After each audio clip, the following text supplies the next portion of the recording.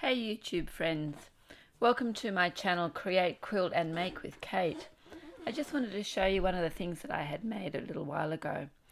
I lost my mum a couple of years ago, and in the things that I found when we cleaned out her sewing stash was this section here that had been patchworked by her, and I decided to use it as inspiration to make a sewing machine cover.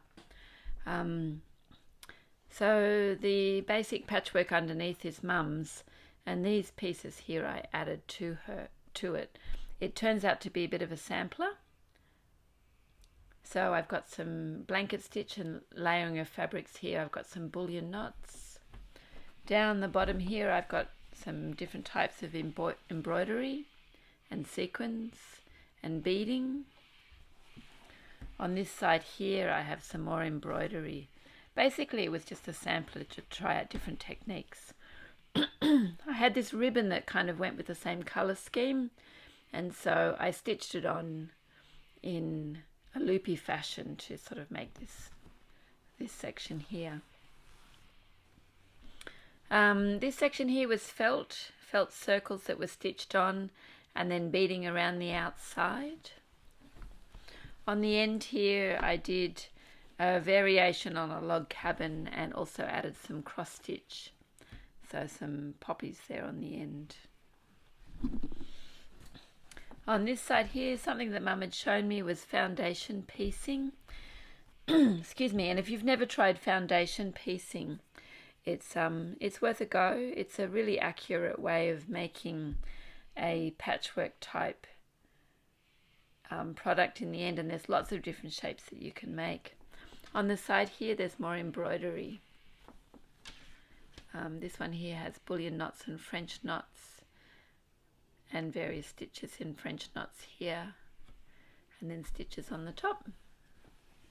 This one here had fabric and embroidery stitches, and at one point my daughter had made a little crochet heart for me, so I stitched it on and then added it as part of the decoration. On this end here you can see there's some couching, there's some stitched on lace, I guess you could call it, or just an embellishment that it was pre-purchased, and some embroidery down the bottom and some buttons. And then this here was sashiko.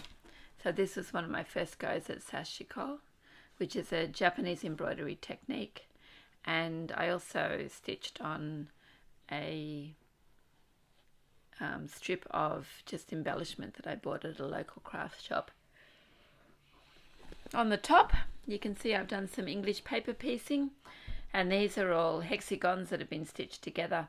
Rather than make the typical flower shape that's often seen with hexagons, I decided to make sort of a random colour scheme, and it sort of starts with pinks and blends into blues and dark blues and then into greens and pinks.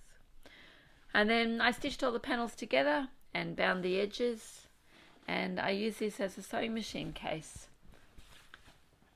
And it has two sides, obviously. I can use this side, or I can turn it around this way, and when I look at it, it reminds me of Mum.